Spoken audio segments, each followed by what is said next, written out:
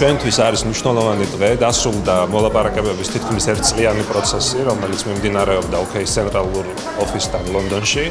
და საბოლოოდ ჩვენ ხელი მოვაწერეთ უკვე ოფიციალურად ხელშეკრულებას, რომლის მიხედვითაც ჯორჯია თუდეი ჯგუფმა მოიპოვა ქართული OK-ის ქართულ ენაზე საქართველოში გამოცემის ექსკლუზიური უფლება 5 წლის ვადით.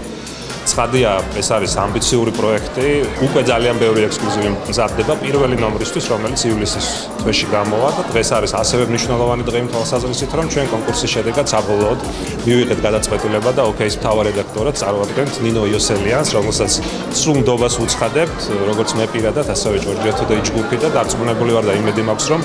ნინო თავისი გამორჩეული გემოვნებით, პროფესიონალიზმით,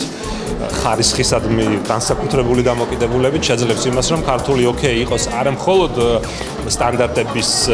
შესაბამისი, არამედ იყოს ერთ-ერთი გამორჩეული ჟურნალი OK-ის დიდ საერთაშორისო გლობალურ ოჯახში, სადაც საქართველოსთან ერთად უკვე 25 ქვეყანაა გაერთიანებული.